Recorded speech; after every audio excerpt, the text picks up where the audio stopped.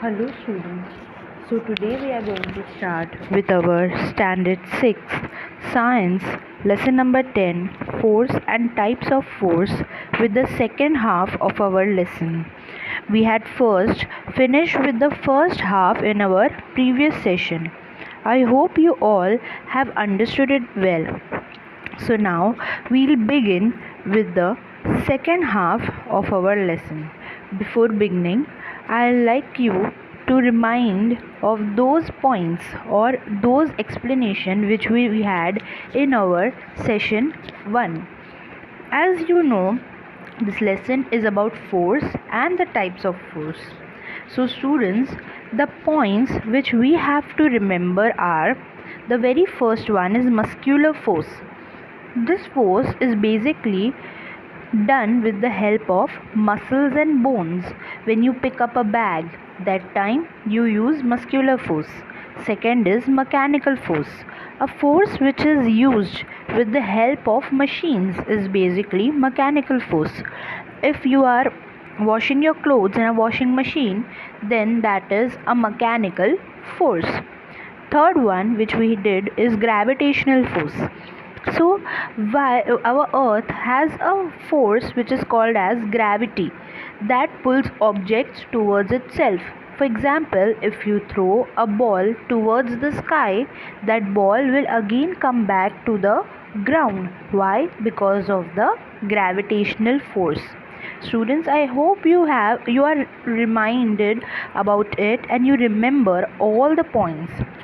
Now moving to more different kind of forces, we'll begin with the fourth kind of force, that is magnetic force.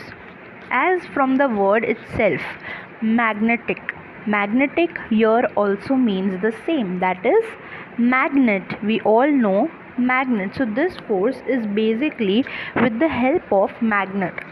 The force which is applied with the help of magnet is basically called of magnetic force. The proper explanation for this I would give by showing you the picture on your screen. So students, this is a magnet, everyone knows. If you place a magnet on a table and take a big iron nail towards the magnet, what will happen? It sticks to the magnet. Why? Because iron objects always stick to the magnet. Now if you hold that magnet upright in the air away from the nail, what will happen? Again, some of the iron nails will attract to this magnet. Why? Because the definition for it is the force exerted by a magnet is called a magnetic force. The magnet has its force around its north and south poles. So even in some distance, some objects stick to them, but some do not.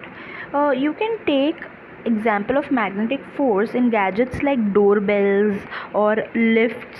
They also have magnets inside. Okay students, now next is frictional force. So students, you might have heard about the word friction before. We all have heard about friction, but what friction is actually? What friction is, you can say it is kind of a spark, or one kind of spark which happens by rubbing two objects. That is basically the frictional force. I'll explain you in a short way. You can see this image. This is a carom board. We all have played carom in our life, correct? We all know how to play carom. But when a carom piece, means a coin of a carom, is flicked lightly, which is pushed lightly, it slides over the carom board, correct?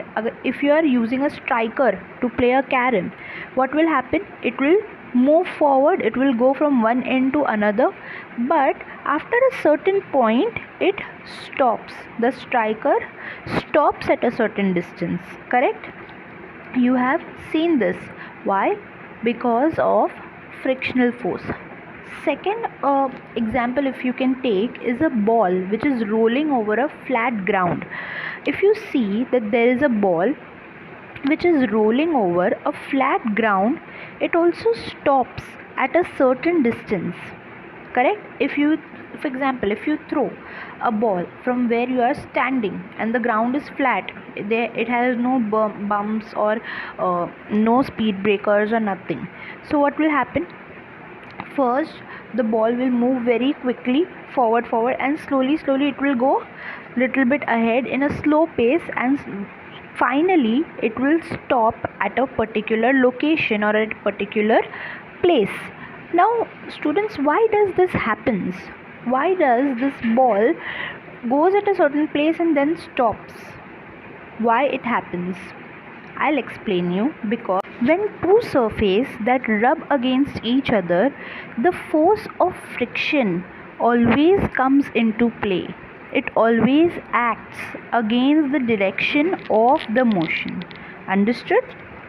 One more example we can take here, that if you're riding a bicycle, when you are riding a bicycle, whenever even if you are outside of your home, even in park, wherever, suppose you are driving a bicycle, and when a brake is applied on that bicycle, if you put a brake on that bicycle, what will happen? It will stop, but will it stop immediately? If you are putting a bicycle on a brake, will it stop immediately? No, it will move little further, and after that it will stop. So how does this brake work? Between which parts is friction produced? The friction is produced between wheels and the motion. Okay. Same happens if we take two pieces of smooth paper and two of sandpaper and rub them against each other. What will happen? The smooth paper will easily rub against each other, but which one, the sandpaper, which is little rough, will not smoothly rub against each other. It will, what will happen? It will keep breaking again and again. Okay. So what do you notice? This is what you are noticing, that smooth surfaces smoothly rub against each other, but rough surfaces do not. We can say the smooth surface can be easily rubbed against each other because of the force of friction between them is less, while rough surfaces cannot be easily rubbed against each other because the force of friction between them is much greater. It is possible for us to walk on the ground only because of the force of friction. If there would be no friction, we would slip and fall. For example, we are very lucky to slip while walking on the oily or wet floor, correct? But if you are walking on a proper road or a proper place which is properly made of, for example, if you walk on a road which is made up of concrete, do you fall? No. But if you walk on tiles, there is possibility that you fall. Why? Because roads which is made up of concrete are little bit rougher, that is friction is more, that is why you do not slip. But when you walk on tiles, the friction is more and you can slip on it. Understood, students?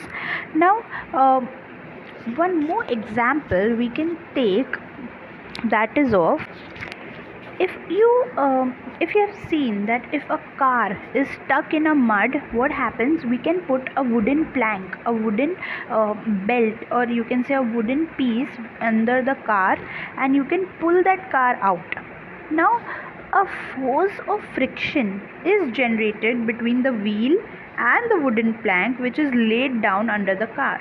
Now because of this, it can be pulled out from the mud. In short, you can say the force of friction can either be decreased or increased as however we desire. Understood, students? What is frictional force basically? Now moving to the another sixth force, that is electrostatic force. Students, basically electrostatic, you can know from its name that it is somewhat related to electricity. So students, how it works and how it is produced, you can say it is also a kind of spark or an energy which is produced in this kind of force. For example, you have to spread small pieces of paper on table and rub a piece of thermocol or an inflated balloon against silk cloth and bring it near these pieces.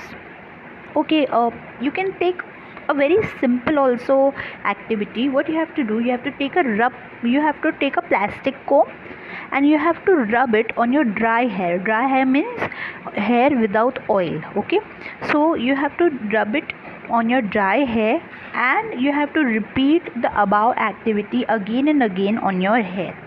Now after rubbing it on your hair, you have to take it close to the pieces of paper which you have kept on the table. Now what will you see, students? You will see that the papers are attracting towards the comb. The papers which you have put on the table is sticking to the comb. A charged object always sticks towards the uncharged object.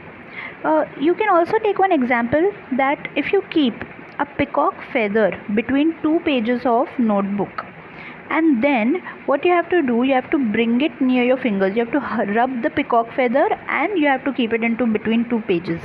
Now bring it near your finger. What will you see?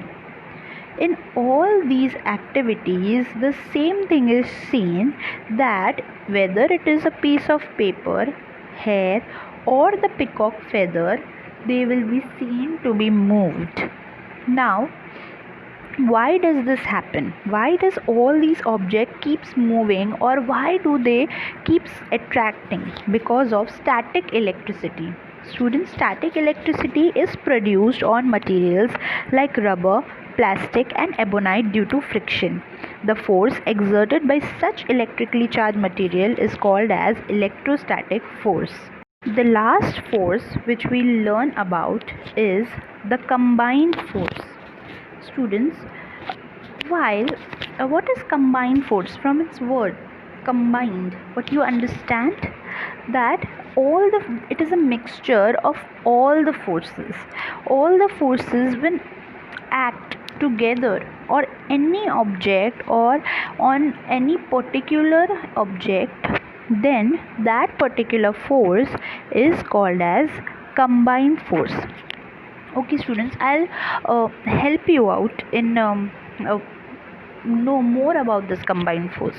Students, while an action is taking place, various types of forces act on the object in question. For example, if you see a roller coaster, you know what is roller coaster? You can see on your screen, that is the roller coaster. Also, if you see a boat which is juggling on the seashore, that all these are the examples of combined force. There is a variety of force which acts together in these cases. That is why these are called as combined forces. Students, if you want to know more about these things, or you need more information about these things, you should type the words, that is trig science, in Google search on the internet. This will help you to know more about it. There's a little fun, students, you can do. What you have to do is cut out fish shape from colored plastic sheet. Now you have to fix a pin on one side of the fishes. Now take water in a big deep plate. Now release the fishes in it. They will float on the water. Now what you have to do, take a magnet and move it around the water. Can you make, what will happen? Now first say me this. When you move the magnet around it, the pins which were attached on the fishes will help them to move. It will look like a sea or a pond. You can make more such games. Okay, students? So basically here we have ended our lesson. I hope up till now you understood the lesson well. It was an easy chapter, students. So what we learnt about is there are 7 types of force: muscular force, mechanical force, gravitational force, electrostatic force, frictional force, magnetic force, and combined force. So students, I hope you all understood everything properly and nicely. We'll meet in our next session with the next chapter. Till then, I hope you stay safe and wear mask. Thank you.